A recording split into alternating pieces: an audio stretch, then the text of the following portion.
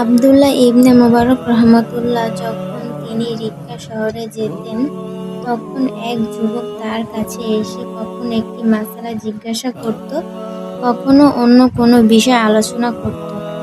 একবার তিনি রিক্কা শহরে গেলে সে যুবকটি তার কাছে এলো না।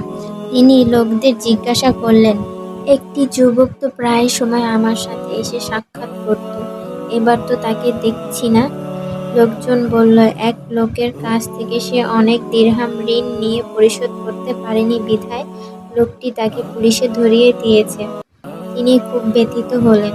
লোকেদের জিজ্ঞাসা করলেন, কি পরিমাণ ঋণ আছে?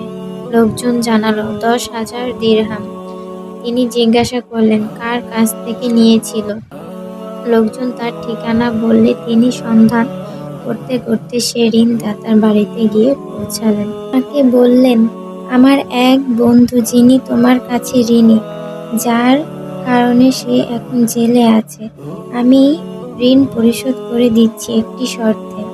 তুমি আমার সাথে ওয়াদা করো যে আমার জীবন দশায় এই ঘটনা কারো কাছে প্রকাশ করবে না। সুতরাং সে শপথ করল।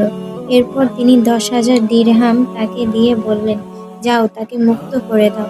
সুতরাং সে তাকে জেল থেকে মুক্ত করল। যুবক তখন জেল থেকে মুক্তি হয়ে শহরে এলো। তখন লোকেদের মুখে শুনতে পেল, কিছুক্ষণ যাবৎ আবদুল্লাহ ইবনে মুবারক রহমতুল্লাহ এই শহরেই অবস্থান করেছেন। সে লোকেদের জিজ্ঞাসা করল, তিনি কবে বের হয়েছেন? আজই বের হয়েছেন। সুতরাং সে আবদুল্লাহ ইবনে মুবারক রহমতুল্লাহ এর কাছে পৌঁছে গেল। হযরত আবদুল্লাহ ইবনে মুবারক রহমতুল্লাহ তাকে দেখে বললেন, আমি শুনেছি তুমি নাকি জেলে বন্দী ছিলে। সে জবাব দিল, হ্যাঁ, কিন্তু আল্লাহ তাআলা আমাকে জেল থেকে মুক্ত করে দিয়েছে। আবদুল্লাহ ইবনে মুবারক রহমতুল্লাহ বললেন, তাহলে তুমি এখন গিয়ে আল্লাহর দরবারে শুকরিয়া আদায় করো যে তিনি তোমাকে সহজে মুক্তির ব্যবস্থা করে দিয়েছেন, আর আমিও তোমার জন্য দোয়া করছি।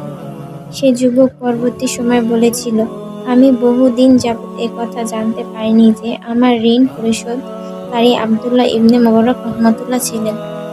কারণ ঋণদাতা লোকটি আবদুল্লাহ ইবনে মুবারক রহমতুল্লাহর কাছে শপথ করেছিলেন যে তিনি তার জীবনদশায় কারো কাছে এই কথা প্রকাশ করবেন না। কিন্তু যখন মৃত্যুবরণ করলেন তখন ওই লোকটি আমাকে জানালেন, তোমার ঋণ পরিশোধকারী ছিলেন আবদুল্লাহ ইবনে মুবারক রহমতুল্লাহ।